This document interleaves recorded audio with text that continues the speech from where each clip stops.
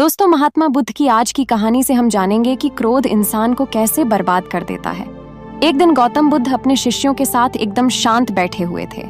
उन्हें इस प्रकार बैठे हुए देख शिष्य चिंतित हुए कि कहीं उनकी तबीयत खराब तो नहीं है।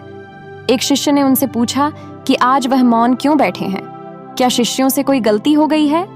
इसी बीच एक दूसरे शिष्य ने पूछा कि क्या वह बीमार हैं? पर बुद्ध मौन रहे।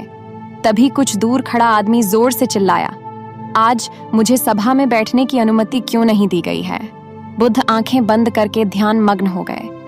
वह आदमी फिर से चिल्लाया, मुझे अंदर आने की अनुमति क्यों नहीं मिली?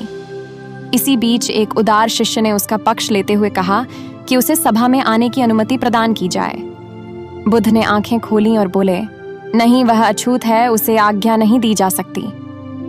यह सुनकर शिष्यों को बड़ी हैरानी हुई। बुद्ध उनके मन का भाव समझ गए और बोले, हाँ, वह अछूत है। इस पर कई शिष्य बोले, हमारे आश्रम में जात पात का कोई भेद ही नहीं, फिर वह अछूत कैसे हो गया? तब बुद्ध ने समझाया, आज वह क्रोधित होकर आया है। क्रोध से जीवन की एकाग्रता भंग होती है। क्रोधी व्यक्ति हमेशा मानसिक हिंसा कर बैठता है, इसलिए जब तक वह क्रोध में रहता है तब तक अछूत होता है।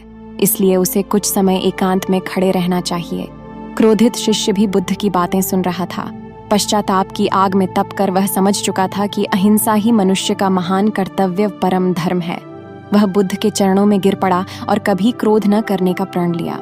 तो इस कहानी से हम सीखते हैं कि क्रोध के कारण व्यक्ति अनर्थ कर बैठता है और पश्चाताप उसे बाद में होता है, जिसका कोई लाभ नहीं मिलता। इसलिए हमें क्रोध नहीं करना चाहिए।